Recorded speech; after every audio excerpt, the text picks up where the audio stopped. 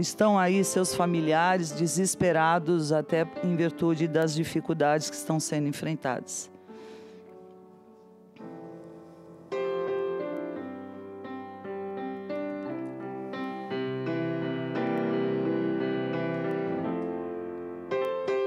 E aproveito nesse momento para que, se o senador me permitir, a gente fazer um minuto de silêncio, efetivamente, até eu vou parar de falar, esses nossos companheiros que se foram em busca dessa solução.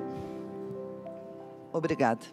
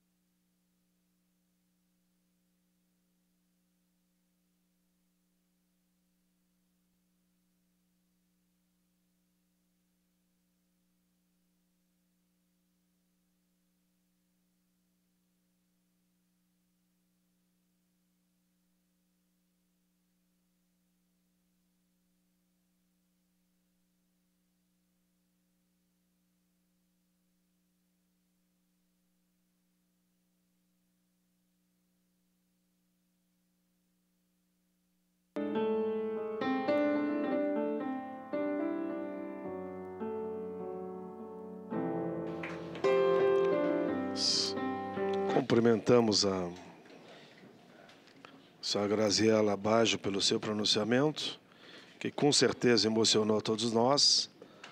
Nós todos que estamos nessa luta há tantos anos, e lembramos aqui, sim, momentos como esse, em que muitos daqueles que estiveram comigo todos os anos lá em Porto Alegre, em todos os meus aniversários eles estavam lá, muitos nesse ano não estiveram, já tinham falecido. Em todas as feiras do livro, eles faziam uma fila com as camisas laranjas para me dar um abraço e dizer que acreditavam ainda. E como eu sei que acreditam, né? Não tem como, nesse momento, a gente não sentir a emoção que você sentiu aqui, que todos nós sentimos. É uma pena que a gente não pôde ouvir os depoimentos também.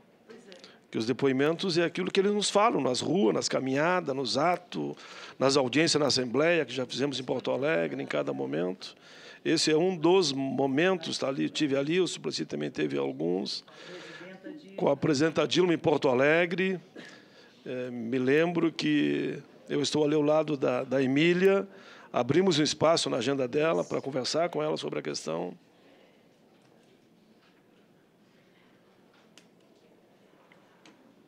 Esse aqui que está à esquerda está aqui no plenário, agora que eu vi ele aqui. Esse aqui no plenário. Enfim, eu quero registrar a presença conosco do senador Suplicy, que sempre esteve conosco nessa caminhada. Suplicy aqui conosco. E por uma questão de justiça, eu quero dizer que os senadores estão em outras comissões, mas fizeram questão de deixar o nome aqui, vieram, assinaram, e alguns fizeram manifestações, como o Suplicy vai fazer.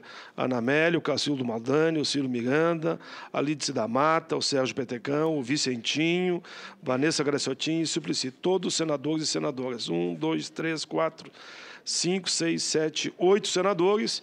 E nessa comissão bastaria que 3 passassem aqui para dar o quórum, e 8 vieram aqui para dar o quórum. Senador Suplicy, com a palavra, em seguida vai falar o senhor Gilberto Antônio Vieira. Caro presidente, senador Paulo Paim, prezado senhor Fernando Luiz Faria, da Advocacia Geral da União, senhor Gilberto Vieira, cumprimento o senhor Luiz Antônio Maia, e queria dizer, senador Paulo Paim, que eu cheguei no Senado em 1991. E eu acho que desde meus primeiros dias aqui, a Graziela Baggio, então representando todos os trabalhadores da Varig, da Transbrasil, da VASP e das empresas aéreas, com muita frequência visitou-me, dialogou, e eu sou testemunha da dedicação e do empenho que ela tem tido para resolver este problema. E cumprimento Vossa Excelência por estar realizando esta audiência aqui com as pessoas dos fundos de pensão, todos principais no Brasil, e sobretudo, além de querer expressar minha solidariedade para a resolução dos problemas de todos que trabalharam nestas empresas aéreas, e em especial a Varig e outras que dependem da resolução do problema da Aeros. E eu faço meu apelo ao Fernando, à Advocacia Geral da União, que possam chegar a um entendimento adequado diante das observações da senhora Graziela Bage.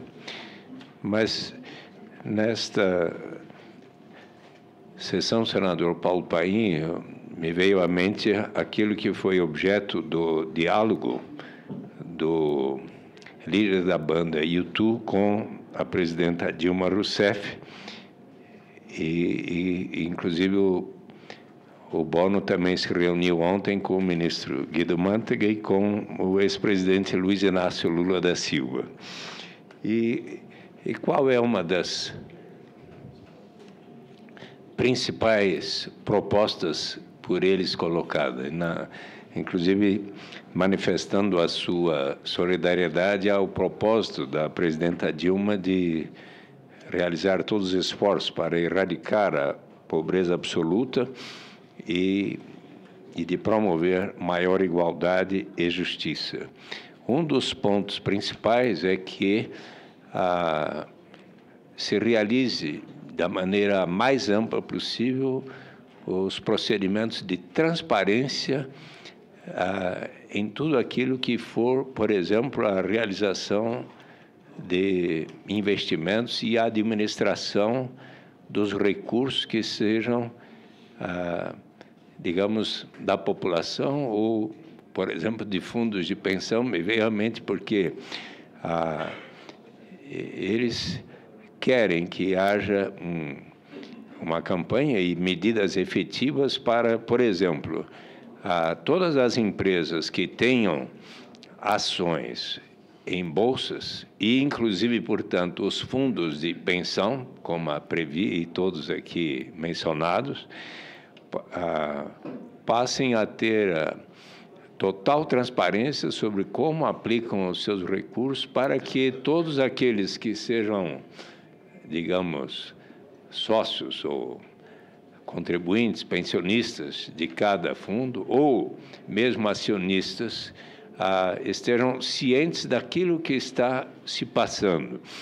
E também para que toda empresa que, porventura, esteja investindo em recursos minerais, em extração de petróleo, em quaisquer dos países, que coloque de maneira transparência a forma como administra esse recurso e para onde são encaminhados os seus resultados.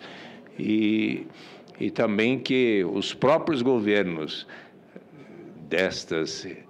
que recebem estes investidores, e seja ali no Iraque, na Líbia, no Egito ou aqui no Brasil, onde for, também passem a ter critérios de transparência os mais amplos possíveis para que a população e os potenciais beneficiários ou até aqueles que sejam, portanto, pensionistas de quaisquer ou sócios de quaisquer empresas e os próprios habitantes de qualquer país onde haja a realização de um investimento, como, por exemplo, vamos ter aqui da exploração do pré-sal, que isto seja do conhecimento o mais amplo possível. Então, queria deixar aqui não apenas a minha solidariedade, mas se tivesse ocorrido maior transparência na administração destes fundos, teríamos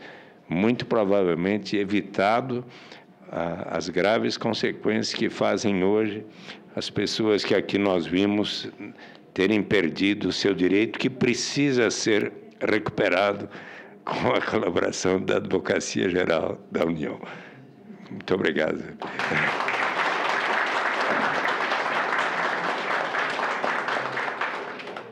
A presidência agradece a contribuição do senador Suplicy e vamos agora ao último painelista, e dizendo que todos terão direito ainda a falar sobre o tema. E, inclusive, se tiver alguma pergunta, normalmente eu abro para que, no mínimo, 2 ou 3 pessoas do plenário, se quiser fazer um depoimento, farão. Mas todos terão. Eu quero dizer que eu dei prioridade para essa audiência. Para mim, se estiver aqui ao meio-dia, 1 hora, 2 horas, nós vamos tocar aqui. E se alguém tiver que sair, eu entendo, mas vamos aproveitar ao máximo essa audiência para tentar encontrar o caminho da verdade e da solução. Por favor, senhor Gilberto Antônio Vieira. Bom dia. Só me permito que eu registre o senador, nosso companheiro aqui, Delcídio, que está sempre conosco nessa caminhada da lei. Parabéns. Tem que dizer que eu estou com vocês e não abro, viu? Muito bem.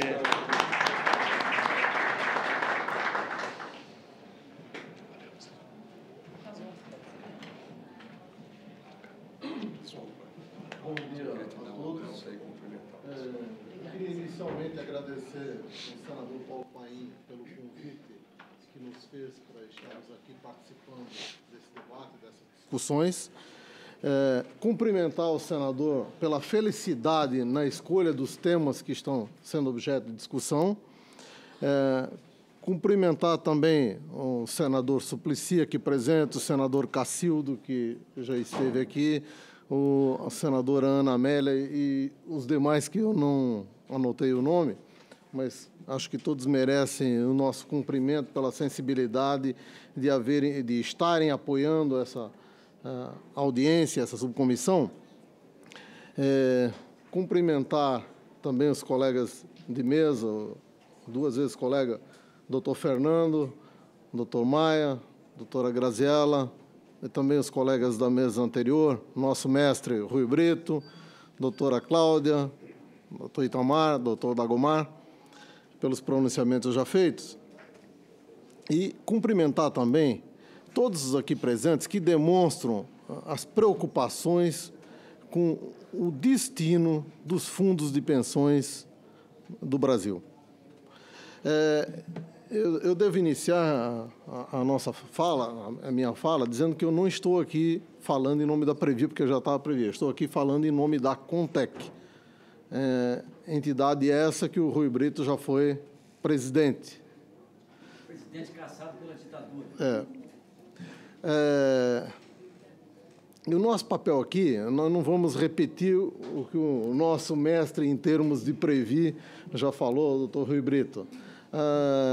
Eu trouxe apenas uns alertas, umas preocupações, especialmente decorrentes das interferências políticas que ocorrem nos fundos de pensão e que na Previ nós temos visto e acompanhado, né? A Previ, só fazendo um rápido histórico, eu trouxe alguns dados. Ela foi criada em 1904, antes da Previdência Oficial do Brasil. O status hoje, aí aqui já acho que começa a ser, maior fundo de pensão na América Latina e o 25º do mundo em termos de patrimônio. Veja, então nós estamos falando de uma entidade cujo impacto na contribuição da economia brasileira é bastante significativo. Quais são as características da Previ? Uma entidade fechada de previdência privada. Os participantes, funcionários do Banco do Brasil e empregados da própria Previ. O objetivo, e esse também, o objetivo com certeza se parece com o objetivo dos demais fundos de pensão, garantir benefícios previdenciários complementares aos da Previdência Oficial aos participantes. De onde vêm os recursos? Contribuições pessoais e patronais. Claro que as contribuições patronais, como mais à frente a gente vai discutir, elas são, na verdade, repassadas no custo da empresa. E prevê também contribuições especiais no Estatuto e outro instrumento específico da própria Previ. Como são aplicados esses recursos, inclusive em benefício da economia brasileira? Ações de empresa, e diga-se, nós temos que registrar que a Previ procura ações de empresas comprometidas com a responsabilidade social, imóveis, títulos e outros ativos onde o percentual de aplicação é menos expressivo. Trouxemos também a missão da Previ, porque isso aí nós tiramos do site, porque entendemos importante.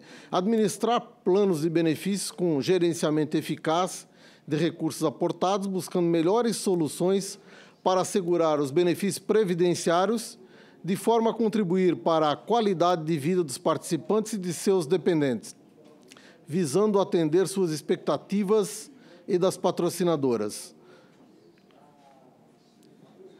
Trouxemos também os valores que a própria Previ divulga, que observa, e entre esses valores, sempre motivados por princípio ético, está um dos valores que nós chamamos a atenção, que é justiça. Claro que é cidadania, democracia, transparência, responsabilidade socioambiental, honestidade, integridade, mas queria frisar que um dos princípios é justiça. Aí fala também qualidade, competência, excelência, criatividade, profissionalismo, coerência, comprometimento e solidariedade. Claro que todos esses princípios são necessários e essenciais para uma adequada gestão do fundo de pensão.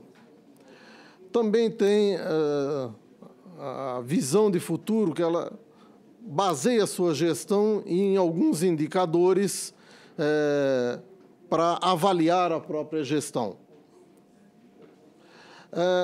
Agora, uma peculiaridade que começamos a chamar a atenção e que o nosso mestre Rui Brito já tinha, de certa forma, abordado. Conselho, a administração é feita por um conselho deliberativo onde 3 membros titulares e 3 suplentes são eleitos.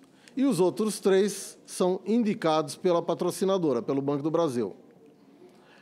A diretoria, também 3 diretores indicados pelo BB, entre os quais o presidente. E aí que está, tem direito ao voto de Minerva. E 3 diretores eleitos pelos participantes e assistidos. Nós destacamos o voto de Minerva, por quê? Porque, na verdade, isso comprova que quem manda, quem tem o poder de mando na Previ, é efetivamente a patrocinadora, é o banco, tá? Ou seja, na verdade, ele faz o que quer, como quer, quando quer.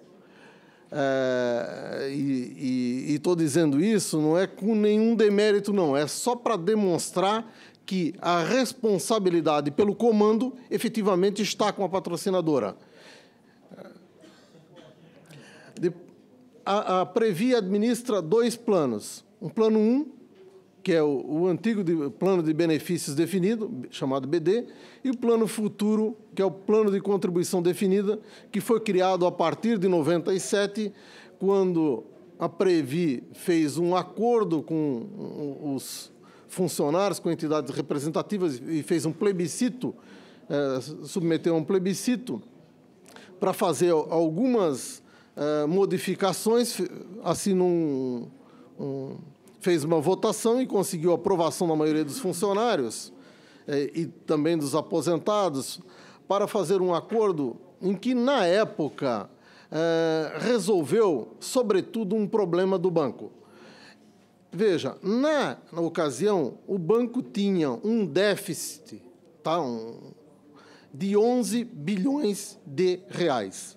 E veja, registre-se que, naquela época, a paridade entre o dólar e o real era a mesma.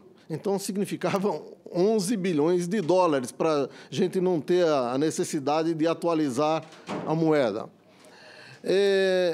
Esses 11 bilhões que o banco tinha registrado no seu passivo, representava a dívida que ele tinha para com a Previ por não ter aportado os recursos necessários para bancar a aposentadoria dos colegas que entraram antes de 67 e cuja aposentadoria vinha sendo pago pela Previ.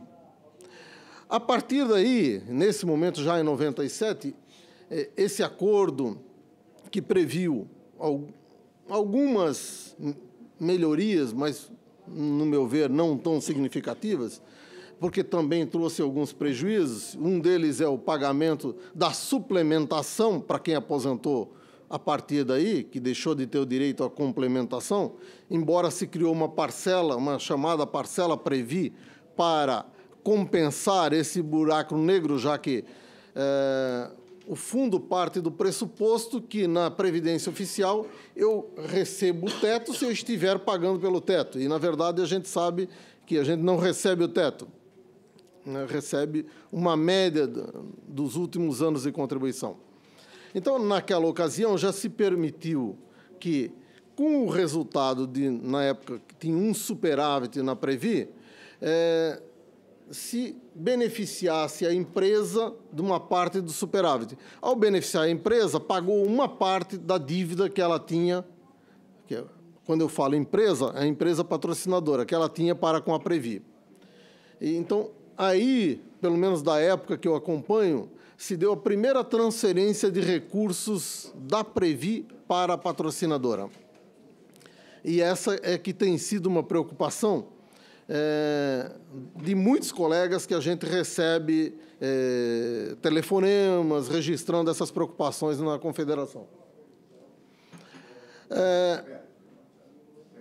Fique à vontade.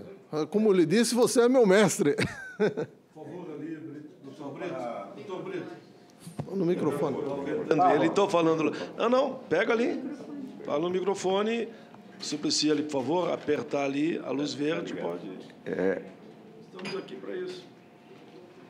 Você recebeu uma informação de fonte não confiável. O Castanha Maia é nosso ex-colega, é testemunha do que foi este acordo. Foi um acordo o mais criminoso e sem precedentes na história da Previdência Complementar.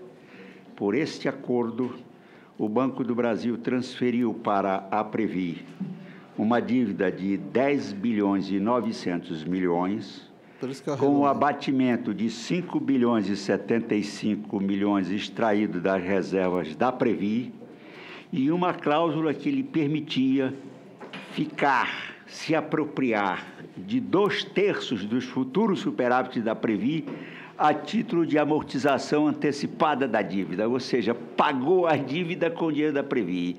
Um contrato que deveria ser resgatado em 32 anos, foi pago totalmente com dinheiro da Previ em 5 anos, e hoje o banco é credor da Previ.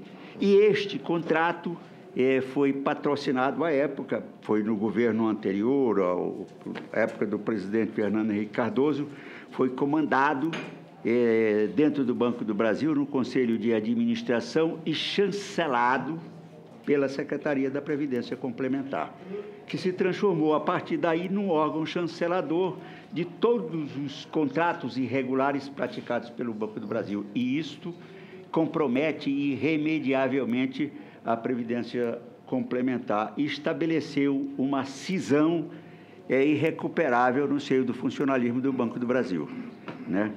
E agora, por exemplo, além disso, eu vou deixar aqui com o senador Paulo Paim, a Previ acaba de doar mais 7 bilhões e meio do superávit para o Banco do Brasil. Na verdade, meu amigo Rui, é que eu não quis adentrar com profundidade nessa questão. Você há de lembrar que, em 97, nós da Contec fomos vencidos, porque éramos contra esse acordo. Éramos contra esse acordo por essas razões que você já acabou de citar, sumariamente falando, né? Mas, infelizmente, fomos vencidos. E Por essa razão, eu não quis adentrar com essa profundidade na questão. Mas o que eu quis registrar é que, naquela ocasião, abriu-se ou criou-se o primeiro precedente para transferência de recursos da Previ para o Banco do Brasil, ou seja, para a patrocinadora. Agora, hoje, efetivamente, doutor Quirivino, a patrocinadora é assistida. Transformou a partir dessa época. Algo nunca visto nesse país.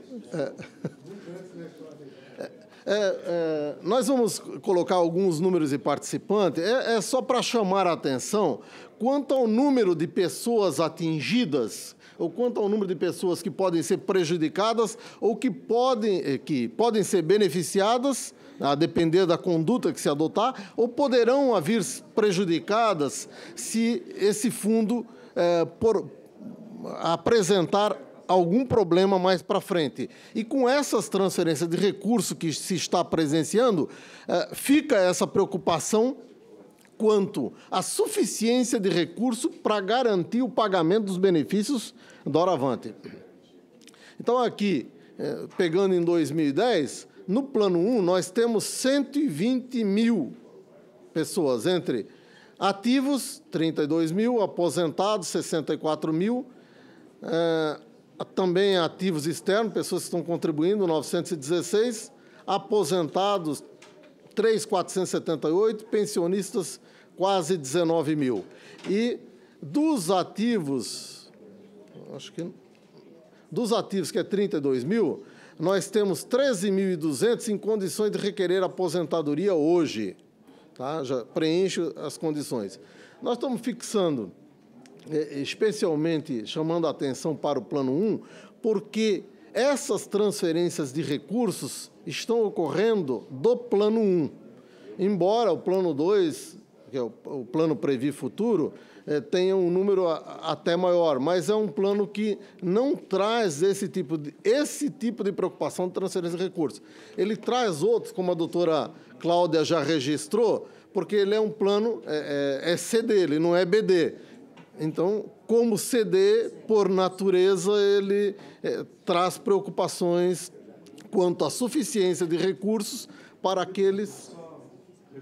A presença do senador Wellington, que é também bancário da Caixa Econômica Federal, ex-governador do Piauí e um grande senador que, com certeza, vai nos ajudar nessa caminhada aí. Senador Wellington.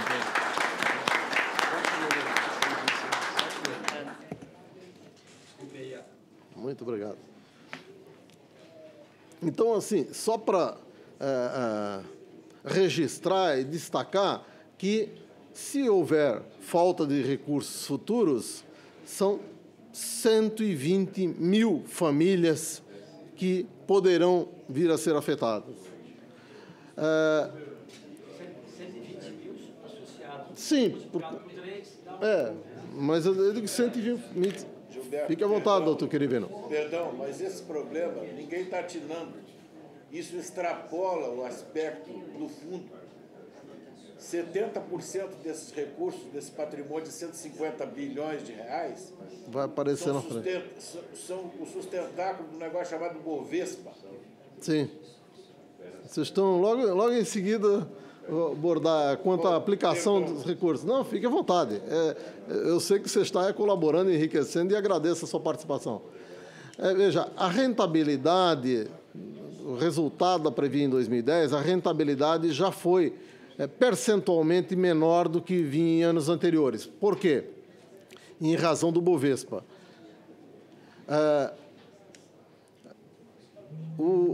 Eu vou dar aqui só algumas informações do Previ Futuro, embora esse não seja o nosso foco, tá? Mas são 66 mil participantes, foi criado em 98, que foi quando houve o acordo de 97, para para atender os funcionários admitidos no banco a partir de 98. E o patrimônio hoje já é de 2,19 bi. Mas voltando para o Plano 1, tá? A rentabilidade 2,37, o patrimônio é de 152 bi, em 2009 era 144 bi, então só para terem uma ideia da expressão do patrimônio da Previ. Os benefícios mensais pagos, veja, mensais, Houve uma correção, perdão. Esses benefícios são anuais. Anuais? Bom, esse aqui eu tirei do site da Previ. Mas são da ordem de... Eu agradeço aí, porque eu tirei do site... É 6,2 bi. O superávit hoje é da ordem de 26,8 bilhões. E a reserva especial de 4,2 bilhões. As aplicações, isso que o Quirivino acabou de falar, em fundos de investimento, e aí entra o Bovespa, o Bovespa entra aqui, 50 bi.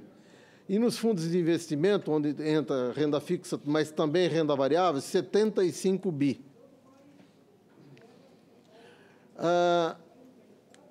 Algumas razões do superávit. Eu listei apenas algumas para a gente também ter uma ideia. Por que está sobrando tanto dinheiro? Tá? Retenção das contribuições patronais por ocasião das demissões implementadas lá no PDV, efetivadas a partir de 95. Isso começou a gerar, porque na época eram 2/3 da contribuição foram aportadas pelo banco até então, e 1/3 pelo funcionário. Esses 2/3 não foram devolvidos para os colegas que saíram. Participação em privatizações. Aí eu botei como exemplo a Vale do Rio Doce, cujo resultado, a Vale, depois que foi privatizada, estourou a valorização dela na Bolsa. Não só dela, mas também de outras empresas. E isso contribuiu, assim como a própria alta do Bovespa, contribuiu expressivamente para os superávites da Previ. Outra questão são os expurgos das reservas individuais, embora pouca gente fala isso, dos índices de inflação objeto dos planos econômicos. Foram 13 planos que ocorreu no país, tá?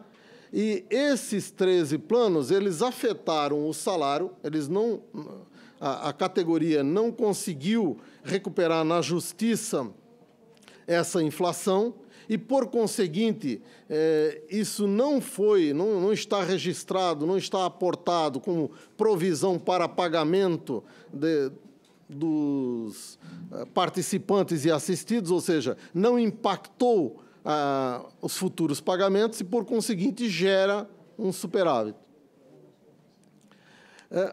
Agora vamos falar do superávit só do último triênio, que teve uma destinação agora no último acordo, e é esse acordo que eu queria frisar, porque no seio do funcionalismo, isso a gente percebe, há até divergências, uns são contra, uns foram contra, outros a favor, e assim, radicalmente as manifestações. E a gente fica tentando observar e compreender por que uns são contra, por que outros são a favor, e por que houve a votação expressiva em favor da celebração do acordo.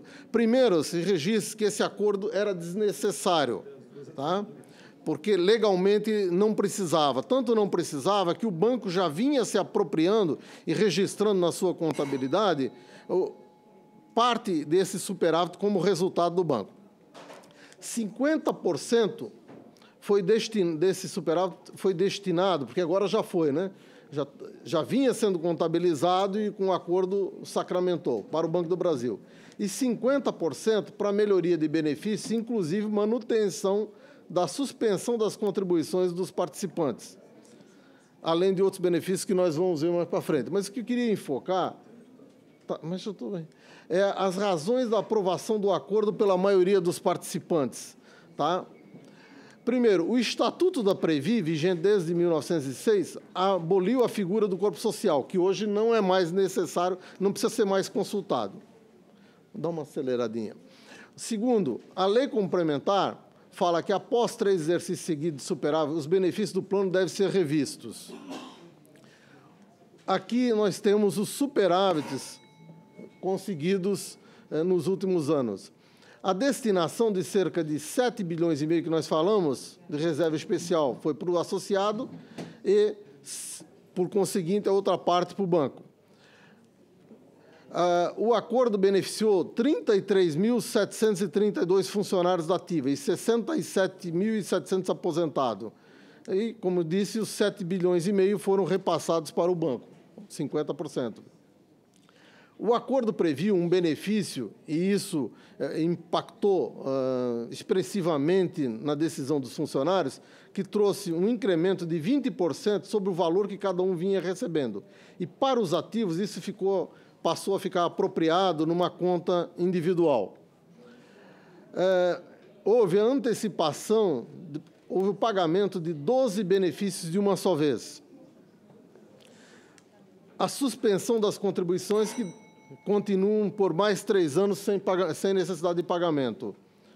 Os fundos foram revertidos para o ativo do plano, ou seja, os benefícios foram incorporados de maneira definitiva no regulamento do Plano 1. O benefício mínimo temporário de valor correspondente à diferença entre 70% e 40% da parcela Previ, que é aquela parcela que o objetivo digamos, compensar o buraco negro criado pela Solange Vieira quando criou a parcela, deixou de pagar a aposentadoria do INSS como integral. Pode passar. E a resolução CGPC 26, que regulamenta, e essa aí é que a gente quer chamar a atenção, determinou tanto o déficit como o superávit devem ser partilhados em partes iguais entre patrocinador e participantes. O banco não admite, por conseguinte, abrir mão dos 50% da resolução. O plano, agora, uma questão bastante expressiva. O Plano 1, que está em extinção, tem cerca de 80% dos participantes com mais de 60 anos, cerca de 8 mil com mais de 80 anos, além de cerca de 20 mil pensionistas. Ou seja, essa é uma das razões principais porque os colegas estão votando para resolver logo agora. Porque se resolve por acordo, eles põem a mão no dinheiro, recebe algum benefício. Se entrar na justiça, daqui a 20 anos, o cara que tem 80 não tem expectativa de estar vivo. Pode passar. Essa resolução, essa CGPC, no artigo 15, ela diz o seguinte: para a destinação de reserva especial deverão ser identificados quais os montantes atribuídos a participantes e assistido, observada a proporção contributiva. Pode passar. Agora, um artigo, senador, que eu acho que precisaríamos chamar a atenção, porque a resolução 26 é que permitiu ou pelo menos que corroborou o entendimento de que o banco deveria, os patrocinadores em geral, deveriam se apropriar desses recursos. E, por outro lado, o artigo 49 da Constituição diz que é de competência exclusiva do Congresso sustar os atos normativos do Poder Executivo que exorbitem o poder regulamentar ao dos limites da legalização legislativa. Ou seja, a CGPC 26, ela regulamentou a 109, mas extrapolou. Pode passar. Qual é a pretensão, e aqui a gente vai encerrar, senador, a pretensão dos participantes e assistidos da Previ? Vetar, na medida do possível, a transferência dos recursos da Previ para o banco, objetivando maior garantia de pagamento dos benefícios pela Previ, mais melhoria dos benefícios, inclusive para corrigir injustiças anteriormente praticadas, como falou o nosso mestre Rui, pelas administrações da Previ e do banco em relação a participantes e funcionários. Aqui já são números que eu trouxe caso, digamos, alguém venha a fazer algum questionamento. É só isso, com os nossos agradecimentos, senador. Obrigado.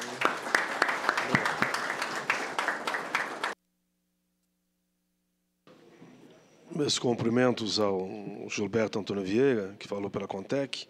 Agora nós vamos dar 5 minutos, com mais 5, se necessário, a cada um dos painelistas.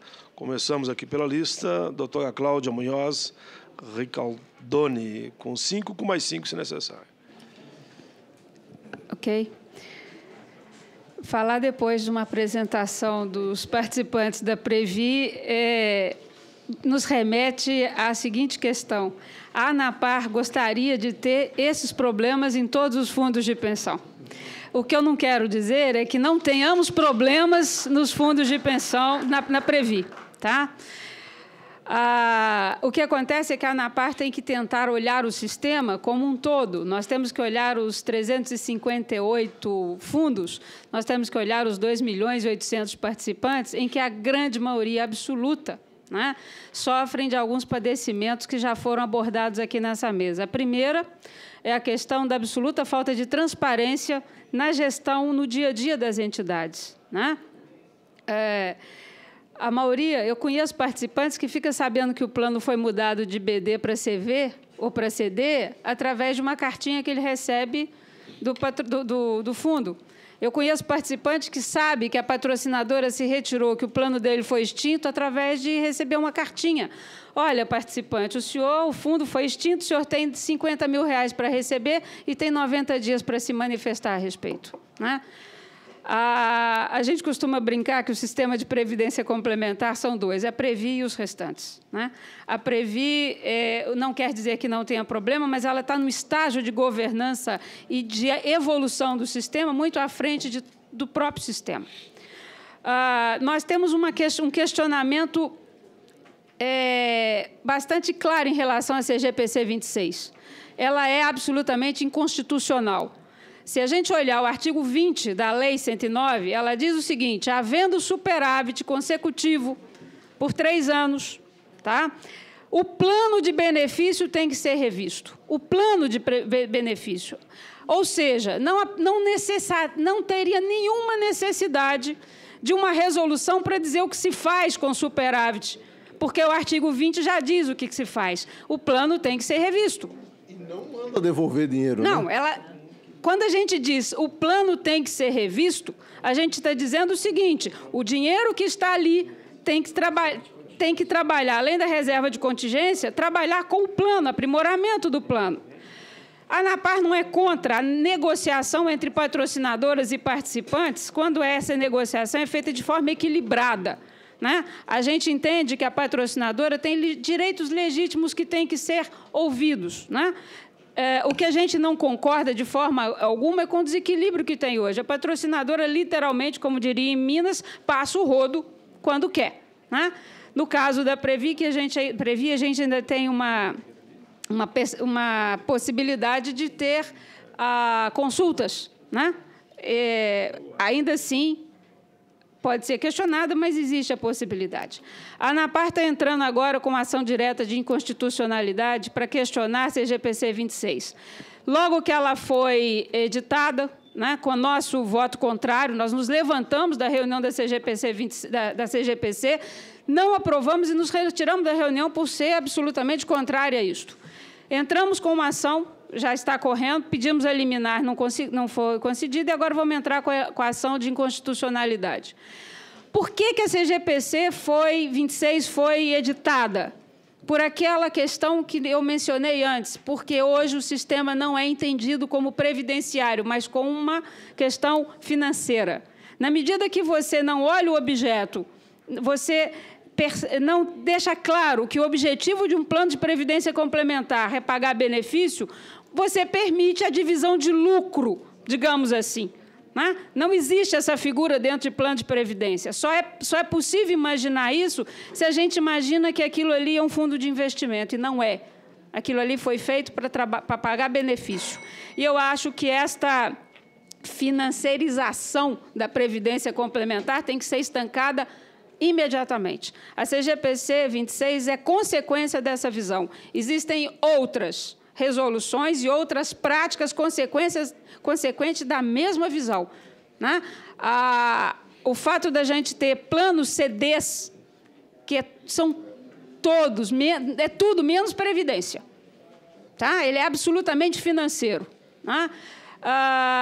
O fato do sistema não ter hoje um patamar mínimo do que é um plano de previdência.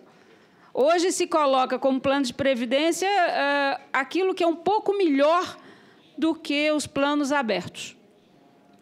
E o que é pior, eu acho que ainda existe uma visão de que nós, participantes, temos que ficar muito felizes da patrocinadora, pelos belos olhos nossos, ou porque ela é muito boazinha, patrocinar um plano de previdência.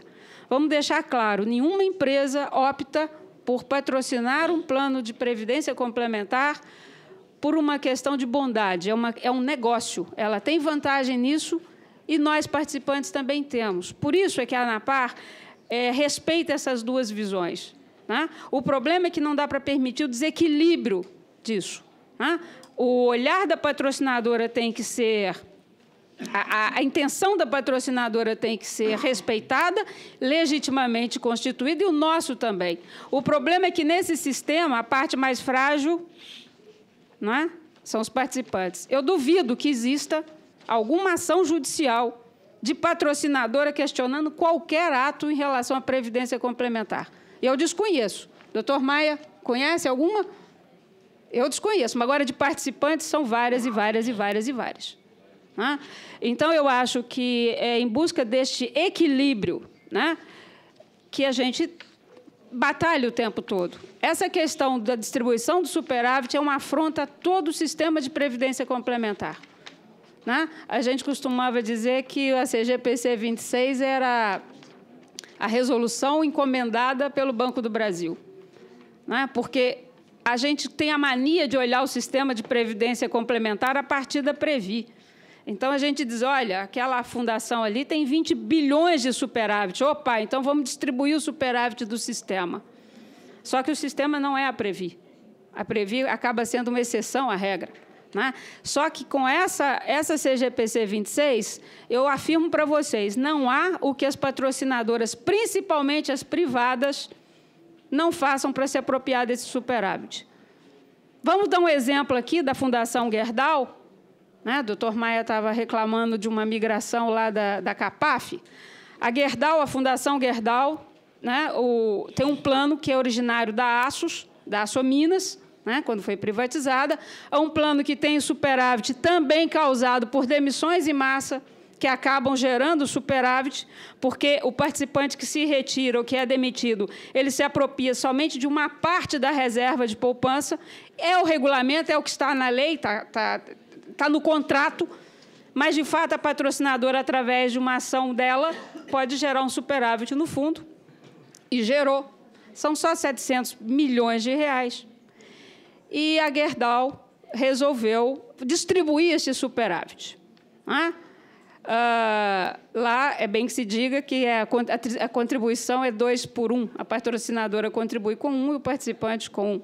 Não a Gerdau, porque quem contribuiu para este fundo foi a Açominas privatizada, mas como ela é sucessora, né?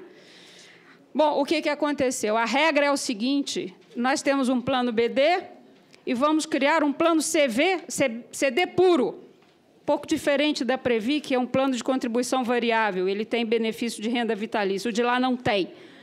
Qual que é a regra?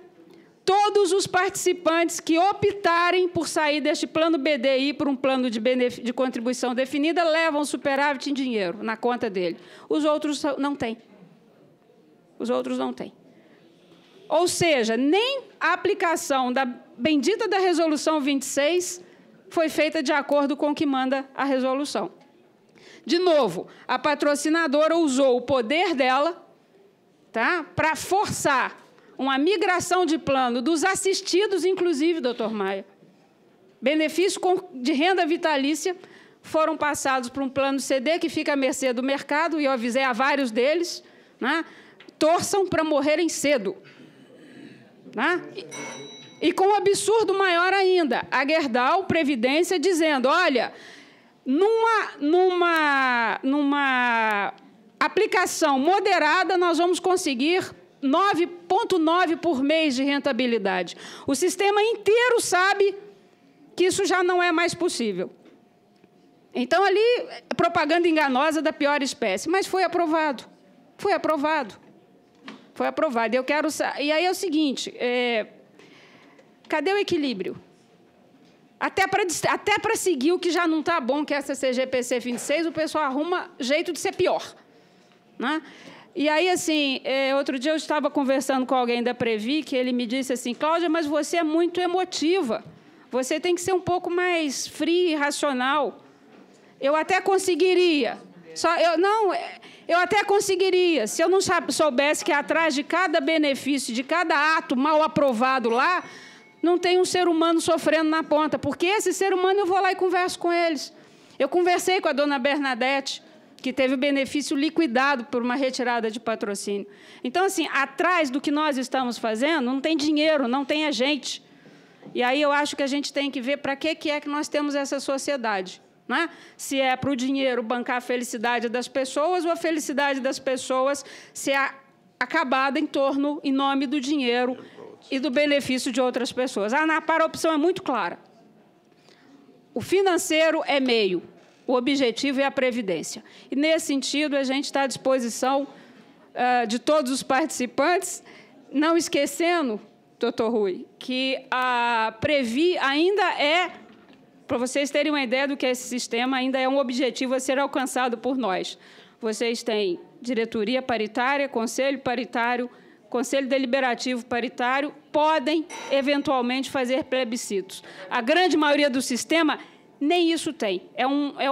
Principalmente nas patrocinadoras por empresas privadas. Ali, a política de terra arrasada. A patrocinadora faz o que quer e o participante nem abre a boca para reclamar. Muito bem, doutor Cláudio. Meus cumprimentos, doutora Cláudia. De imediato, passamos a palavra aos... Doutor Itamar, por favor. 5 minutos, com mais 5, se necessário, para todo mundo poder falar. Primeiro, parabenizar a Graziela por esse vídeo. Eu acho que não tem quem não fique embargado, né? Realmente é uma maneira cruel de mostrar, né, o sentimento das pessoas. E ainda ontem eu saí correndo da Assembleia, fiquei até o fim. Nós temos uma Assembleia no Rio Grande do Sul, nós tínhamos mais de 900 aposentados. Então, tinha pessoal de toda a parte do Estado do Rio Grande do Sul, as entidades pagaram a locomoção, porque muitos, se não fizessem isso, não tinham nem condição de vir. Né? Porque até a questão da complementação, da suplementação, né, começa a criar problemas. Porque a cada entidade, como eu coloquei anteriormente, né, vai tirando um pouquinho. E o que se vê na questão da patrocinadora Oi, como foi colocar aqui patrocinadoras, né, nós vemos como com quase 50% das ações, só não é isso, porque quem dá os 51%, né, para o grupo, que é formado pelo Gerisat, que é o dono dos shoppings, né, e pela Andrade Gutierrez, consultora, é a própria Fundação Atlântico, que dá os 51%. E as outras 3 fundações, as nossas grandes fundações, que é a Previ, a FUNCEF e a Petros, junto com o BNDES, que tem quase 49%, né, simplesmente aceitam que um fundo menor que está lá dentro daquela empresa, né, que tenha as condições mínimas quase parecidas com a governança desses fundos, né, não tem, ao contrário, o que tem estão tirando. Né? Então, não é bem assim que, na privatização, tivemos ajuda, né, de empresas nacionais tal, para ficar mas não adiantou nada, porque aqueles fundos pequenos que hoje pertencem, né, volto a dizer, né, a patrocinadora, onde nós temos, né, fundações, né, com ações, com governança, não aceitam a governança, ou deixam passar, ou fecham os olhos para que isso aconteça, né, na empresa. Então, eu quero novamente aqui agradecer ao senador Paim por essa oportunidade, por esse evento, né, graças a pessoas como o senador, que está sempre disposto, à disposição, junto com seus parceiros aqui no Senado, nós temos certeza que esse estado de coisa vai mudar. Né? Hoje começa aqui, eu acho que é a esperança, eu acho que é um início, né? E rogo e peço a Deus, ao Divino Pai Eterno, que ilumine, né, esse Congresso, ilumine, né, a nossa República, para... Eu vejo a questão, né, volto a dizer, da Aeros. Eu acho que é uma questão política, é a vontade política para decidir. Obrigado.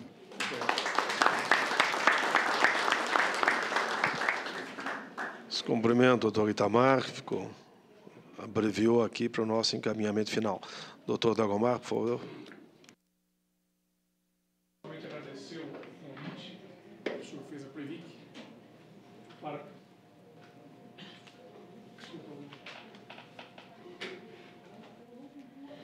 Parabenizar os demais palestrantes da mesa e reafirmar que nós, técnicos da Previc, estamos com as nossas obrigações definidas e que nos compete fazer cumprir a lei e fazer as pessoas que estão sob a nossa subordinação. E também deixar claro que a Previc está sempre à disposição para prestar que sejam devidos e sempre que possível estamos frequentando as casas legislativa, executiva e judiciária, prestando os esclarecimentos.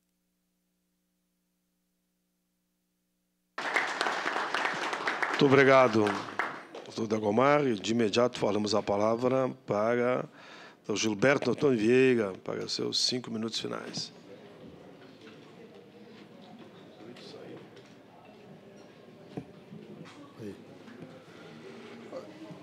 Eu queria só dar um enfoque na seguinte questão, que é o que nos preocupa.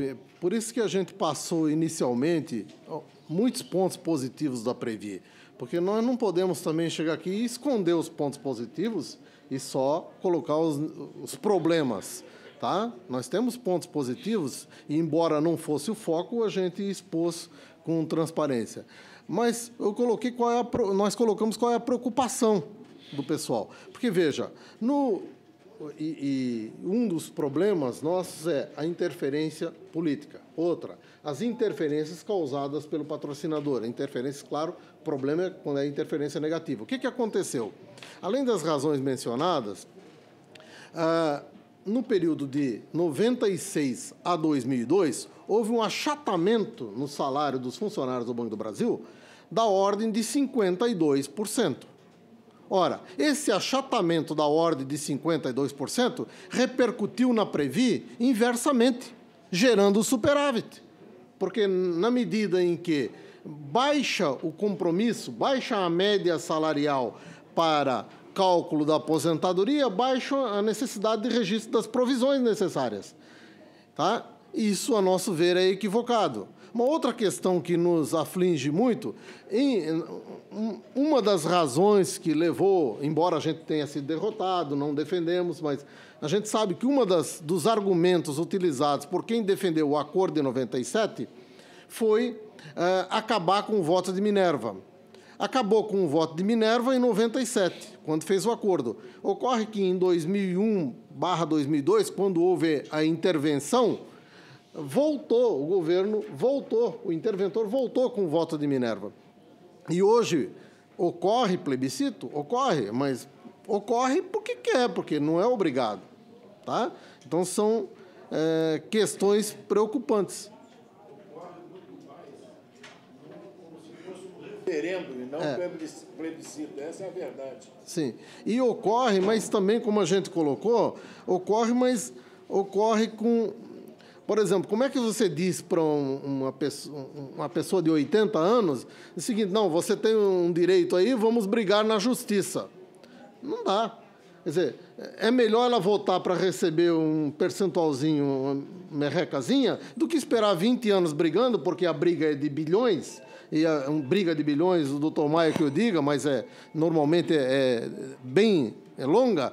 Então, não é só teórico essa questão de você vota se quer, você dá o referendo se quer. Porque, na verdade, se não der o referendo, a opção é a judicial, que demora uma infinidade. E, no mais, presidente Paim, a gente, mais uma vez, quer agradecer e se colocar à disposição para discussão. E, veja, nós aqui não estamos trazendo preocupações assim, não é de ordem pessoal, Gilberto, não. Eu quero registrar que as preocupações que a gente traz são as demandas que a gente recebe no dia a dia da Confederação. Tá? Muito bem. Obrigado. Muito bem. O tempo que ele usou no primeiro momento, ele descontou agora. Ficou nos 5 minutos. Você ficou nos 5, foi legal. Antes de falar, eu vou passar para o Brito, que está aqui, o doutor Rui Brito, nosso colega, mas eu tinha adotado um critério de passar para, no mínimo, 2 pessoas do plenário, que não foi painelista. Eu tinha que adotar um critério. O critério que eu adotei foi daquelas pessoas que deram ali um depoimento e a voz não saiu. Então, eu vou passar aqui para o Zoroastro, tá certo? Para ele dar o depoimento que ali não saiu e para o comandante Tomás.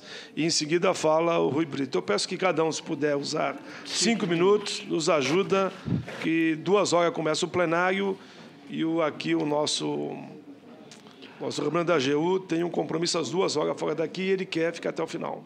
Pois não. Meu nome é Zoroastro, fui comandante da Varig durante 38 anos, tenho 80 anos. Praticamente, minha vida foi dirigida à aviação comercial brasileira. Aqueles lances que os senhores estão vendo lá, que viram agora com relação na praia, foi em janeiro de 2009, numa manhã ensolarada linda, onde eu montei um esquema, porque eu sou coordenador do Rio de Janeiro, sobre as manifestações, eu montei um esquema lá para mostrar o que estava havendo com relação aos nossos aposentados, e o índice, vocês podem ver que tem ali até estatística do número de mortos. Eu queria dizer que naquela época, lá em 2009, ali tinham 342 cruzes de pessoas nossas que morreram. Infelizmente, hoje, nós estamos com 570 mortos. Todos eles decorrentes, grande parte, vamos dizer 80%, por questões do Aeros, que infelizmente não conseguiram se superar por questões de saúde, planos de saúde que não tinham mais dinheiro para se promoverem. Então, foi uma verdadeira tsunami, que esse caso de 2006 para cá, para nós. No meu caso, infelizmente, os senhores também viram uma outra lá que mostrou no Jornal Nacional, eu dando um depoimento no Fantástico. E antes de mim apareceu um senhor chamado senhor Ulisses. Esse senhor Ulisses, 3 dias depois desse depoimento, ele faleceu. Ele não conseguiu.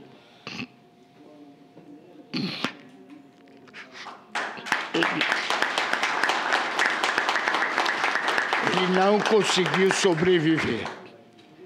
Então, hoje, eu falo para minha amiga Graziela, que eu estou sempre acompanhando ela. Graziela, até quando? 1 ano e meio, infelizmente, para nós chegarmos a encontrar mais acordo. Que acordo é esse? Não tem mais acordo, Graziela. Acabou. Eu acho que acabou. Onde é que estão? Se não me engano, o doutor Maia e Graziela ficaram dias fechados aqui no escritório, montando um esquema para apresentar 8 propostas, se não me engano. Será que de 8 propostas não tinha uma que fosse realizada? Ah, minha gente, não dá. Não dá. Eu encerro aqui, lamentando tudo isso, e mais uma vez vou voltar para o Rio, ver se ainda vou ter coragem de aguentar essa barra, porque está difícil. É isso que eu queria dizer para os senhores.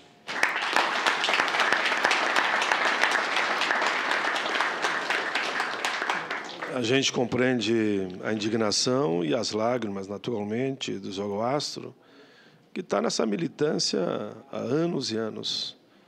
E oxalá a gente consiga a vitória. Eu sou daqueles que vai teimar até o final, vamos pelear até o final, Zoroastro. Leve para o teu Rio de Janeiro, lá com... Eu fico te copiando aí na emoção. Leve para o Rio de Janeiro essa tua emoção e a esperança de que nós não desistimos. Não vamos jogar a toalha, nós vamos pelear até o último minuto, pode ter certeza disso. Comandante Tomás. Por favor, comandante Tomás. Eu queria que pegasse um microfone aí, se alguém cedesse o lugar, qualquer um... Nosso senador Suplicy já cedeu ali o microfone.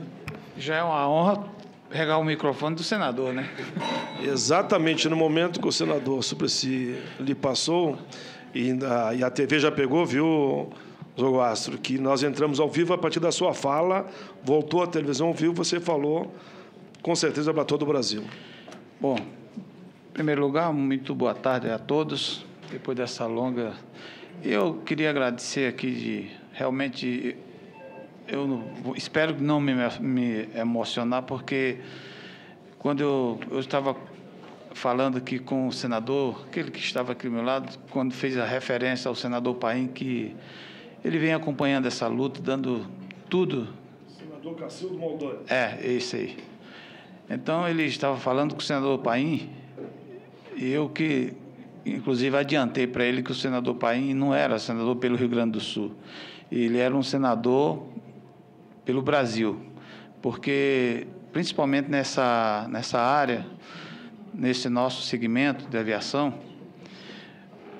o senador Paim tem realmente dado de tudo, todo o seu esforço, toda a sua dedicação a esse problema que tem sido conduzido pela nossa batalhadora, nossa heroína, Graziela, junto com o doutor Maia. Olha, Graziela, você... Não sei o que pensam de você, você sabe o que eu penso de você. Você realmente é uma pessoa incrível. Talvez não precisasse de estar aí onde você está, estivesse numa outra situação completamente diferente, mais confortável. Hoje, até falando que você estava, até melhor que você estava muito cansada. Essa mulher tem batalhado de uma forma assim assustadora, como o doutor Maia também. Mas hoje, infelizmente, o presidente, eu saio daqui, de certa forma, me desculpa, mas até decepcionado com a declaração ou a exposição feita pelo advogado-geral da União. Porque, doutor Fernando, tem muita gente aqui que não pode mais esperar tanto tempo. Que já a Graziela fez uma declaração, não sei porquê. Olha, nesse país, como dizia o nosso ex-presidente Lula, já aconteceu tanta coisa, e quando coisas do passado que foi resolvido com certeza não demorou tanto tempo, 5 anos nem 10 anos. Nós temos um problema de socorro de bancos e etc. e tal. Não vou mais outras coisas.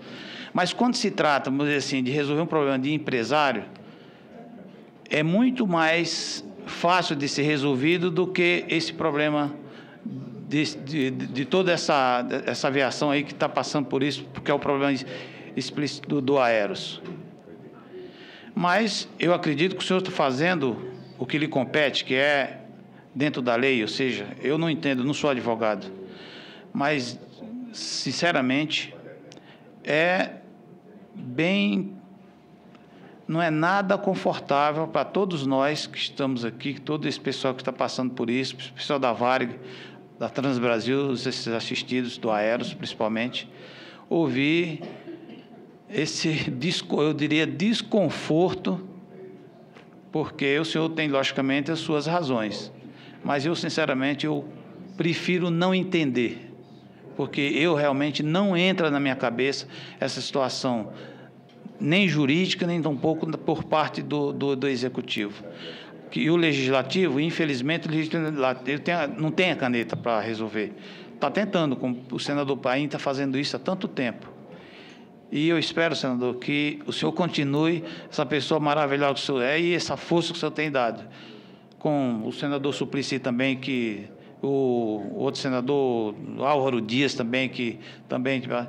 E Graziela, o meu abraço, doutor Maia, sinceramente, continue na luta. Quem sabe a gente um dia vai ter um final feliz. Muito obrigado.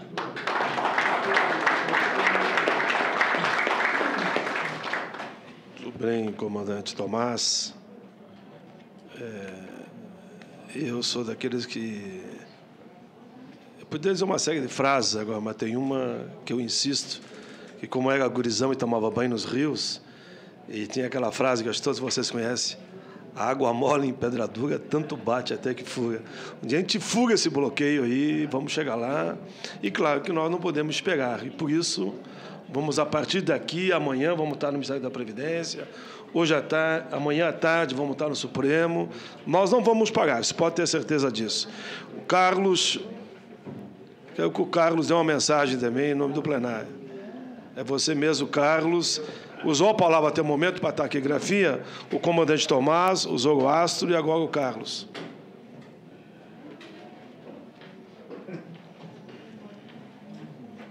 O Carlos, que está em todas as manifestações, também como tantos que estão aqui. Exatamente.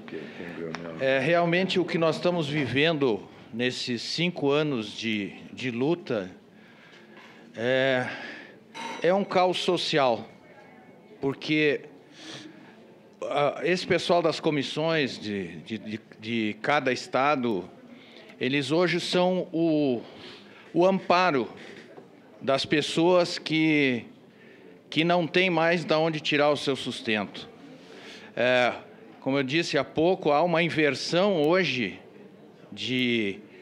Antigamente os pais estavam sempre dispostos a ajudar os filhos. Hoje são os filhos que têm que sustentar os pais. Isso está acontecendo muito. As economias de uma vida toda já foram por água abaixo. As pessoas não têm mais de onde tirar o seu dinheiro. É só fazer um exercício para o doutor Fernando e dizer que a partir de amanhã o senhor só ganha 8% do que o senhor ganhava até hoje. E aí mantenha todo o seu padrão de vida, seu plano de saúde, seus medicamentos e viva com dignidade. É difícil, é uma situação de calamidade que se vive aqui. São 8.500 famílias. Eu estava falando que que nós não temos mais que falar em aposentados, nós temos que falar em famílias, porque as famílias estão sofrendo tanto quanto ou mais do que todos nós. Então, nós não vamos desistir nunca. Nós não vamos desistir nunca. Nós vamos trabalhar por isso, porque nós merecemos essa terceira idade digna. Muito obrigado. Muito bem, cara. Todos falaram muito bem, mas eu quero que essa frase do Carlos ficasse marcada aqui para todos nós. É não desistir, sim, é não desistir. Não desistir. Não desistir. Vamos brigar até o fim. Doutor Rui, por favor. Rui Brito. Meu caro senador, eu saio daqui com uma esperança de que os temas que foram levantados nesta audiência pública sirvam de inspiração para que se tente resgatar o que resta da Previdência Complementar. E que se tome como exemplo edificante a ser evitado no amanhã o que está acontecendo com os nossos companheiros dos fundos aéreos e aéreos. E se tome alguma providência, porque o que está acontecendo com eles é uma punhalada no regime democrático. Não há regime democrático que consiga coexistir com injustiça. Nós estamos presenciando a agonia de um sistema que é rigorosamente subversivo. Ele subverte a hierarquia das leis. Ele invade atribuições que são de competência do Congresso Nacional.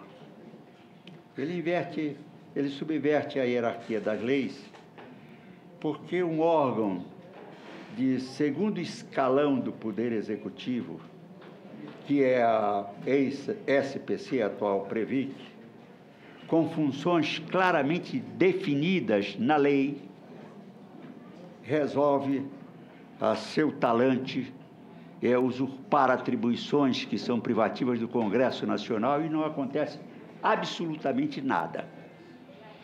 Porque, ao aprovar a resolução CGPC 26, a SPC, ou o Conselho Gestor da Previdência Complementar, invadiu atribuições que são privativas do Congresso Nacional, porque só o Congresso é que tem competência para legislar.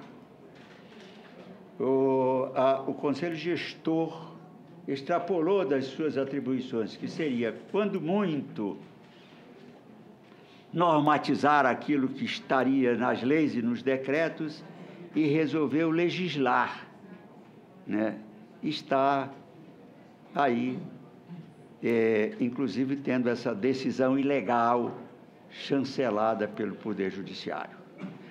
Nós levamos uma denúncia ao Tribunal de Contas da União para que examinasse a legalidade do que se passa no Fundo de Pensão do Banco do Brasil, e o plenário do Tribunal de Contas da União, num acórdão, aprovou a seguinte resolução: o que se passa no âmbito da Previ, praticado pelo Banco do Brasil, é absolutamente ilegal, mas o Tribunal de Contas não pode fazer nada, porque se fosse exercer as suas atribuições, o Tribunal de Contas teria até que elogiar a diretoria do Banco do Brasil por ter metido a mão no dinheiro da Previ, já que a competência do Tribunal de Contas da União é coibir qualquer decisão que afete o Tesouro Nacional. E o Banco do Brasil não prejudicou o Tesouro Nacional, pelo contrário, meteu a mão no dinheiro, os prejudicados foram os funcionários. Esses é que devem bater as portas dos tribunais. O TCU não pode fazer nada, porque o Tesouro Nacional não foi prejudicado. Uma simples portaria usurpa atribuições do Congresso Nacional.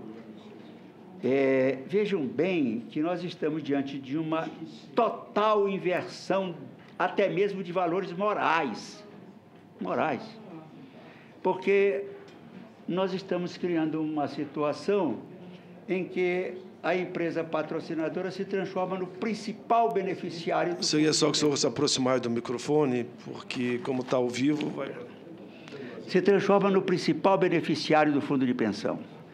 E o argumento que se levanta, que o Gilberto mencionou aqui, que é verdadeiro, tem muita gente que diz, se eu for para os tribunais eu posso ganhar, mas só vou ver a sentença. Aliás, não vou ver a sentença, eu vou morrer sem ver a sentença. Vejam bem, se semeia a descrença num dos poderes mais importantes da República, que é o Poder Judiciário, porque significa dizer, eu vou fazer um acordo porque eu não acredito que o Poder Judiciário vai resolver a minha situação. Isso é rigorosamente subversivo. Isso é uma coisa que envergonha, enxovalha e humilha a comunidade do sistema de previdência complementar. Nós precisamos pôr um cobro nisso. É necessário que isso que está se transformando numa criminosa política de Estado, porque começou num governo contrário ao governo atual e continuou no governo atual, que é a prática criminosa de um setor ligado ao Ministério da Previdência Social, nós precisamos impedir que isto contamine o todo e acabe comprometendo o próprio governo. Talvez, quem sabe, se o grito que parte daqui não acabe sendo ouvido pela autoridade maior, porque está em jogo a credibilidade do governo. O que está se passando aqui, quando milhares de pessoas, famílias e famílias que depositaram a sua confiança, a sua poupança de uma vida inteira, porque acreditaram num sistema que foi criado e estatizado e administrado pelo governo, vem o governo lavar as mãos e simplesmente fechar o fundo de pensão e deixar na rua da amargura essas pessoas. Eu conheço algumas pessoas, eu conheço no Rio de Janeiro um comandante da Varig que está vivendo agora como motorista de táxi para poder sobreviver. Isso não pode continuar. Isso nos leva a descrer no amanhã do nosso país. E se isso contamina a população brasileira, nós estaremos mal. Primeiro porque estaremos legando um péssimo exemplo à geração de amanhã, para que eles deixem de acreditar na igualdade, na justiça social e passem a acreditar no oportunismo. Nós não podemos aceitar isso. Senador, parabéns pela sua iniciativa e eu espero que daqui saia um grito de alerta que acabe de uma vez por todas com isto que nos envergonha perante a comunidade internacional, porque no mundo inteiro, já foi dito aqui, não sei por quem, o sistema de previdência complementar funciona. Aqui no Brasil funciona ao revés, ao contrário, serve para capitalizar empresas. Aqui no Brasil, por exemplo, uma empresa estatal, em vez de ter lucro com as suas atividades fins, passa a registrar o maior lucro da sua história, se apropriando indevidamente do recurso de um fundo de pensão. Que coisa melhor do que isso para gáudio dos chamados neoliberais, que são contrários às empresas estatais, porque dizem que são parasitas, são inoperantes, são inconsequentes, são corruptas. Quando nós vemos isso, nós temos que silenciar. E o funcionalismo do Banco do Brasil lutou, condenou-do, para evitar que o Banco do Brasil fosse privatizado. E agora mesmo, dentro do Banco do Brasil, se está lutando contra isso, que é uma vergonha para a comunidade dos funcionários do Banco do Brasil, e que ninguém siga o exemplo do que está acontecendo na Previ. Muito obrigado. Meus cumprimentos ao doutor Rui Brito, e eu só peço para a consultoria da comissão, mediante os fatos aqui relatados dessa portaria, que Vossa Excelência lembra que usurpa o poder do próprio Congresso Nacional, que, nesses casos, o Congresso Nacional, mediante a consultoria, poderia apresentar um decreto legislativo, revogando essa portaria. No mínimo isso. Eu acho que talvez não exista um outro parlamentar com a estatura moral de Vossa Excelência para apresentar esse projeto. Eu quero dizer o seguinte. Primeiro ponto. Nós nunca tivemos nenhuma pretensão de, ao protestarmos, fazer oposição ao governo. Nosso movimento não é contrário ao governo. Nem caberia isso na cabeça de ninguém. Claro. O que nós queremos é corrigir uma injustiça. Eu vivo no Paraná atualmente. Na ocasião, estou me deslocando para cá às minhas expensas. Não tinha condições de vir a Brasília. E eu fui parlamentar também, mantenho relação de amizade com um ex-deputado federal do Paraná, o deputado Gustavo Fruit, que foi do PMDB. Sim. E combinei com ele que apresentasse um projeto de resolução legislativa para suspender a vigência dos artigos ilegais da resolução CGPC. Porque com a resolução CGPC se colocou um bode na sala. Ela tem aspectos positivos. Então, nós não queríamos revogá-la por inteira, nós queríamos tirar aquele aspecto negativo, parasitário da resolução. Então, como efetivamente a SPC exorbitou da sua competência, e, neste caso, os seus gestores deveriam ser punidos por crime de responsabilidade, mas não foram, a coisa está até agora.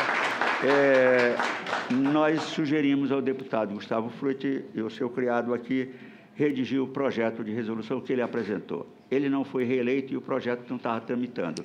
Eu, com o maior prazer, com a maior satisfação, passaria às mãos de Vossa Excelência, que seria o nosso porta-voz para reapresentar esse projeto e restabelecer o primado da federação neste país, que foi profundamente violentado com essa resolução CGPC 26. Tudo bem, espero o documento de Vossa Excelência. Passamos a palavra ao doutor Luiz Antônio Maia, advogado do Aeros.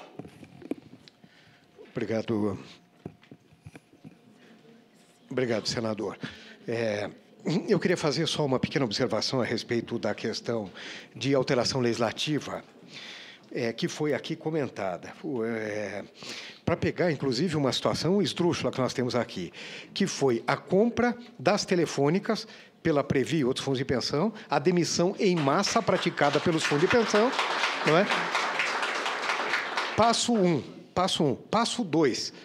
O fundo de pensão, o Sistel, aparta o grupo de aposentados, cria um plano TBSA exclusivo para os aposentados, onde essas privatizadas nunca contribuíram e agora estão lá pedindo o dinheiro do superávit.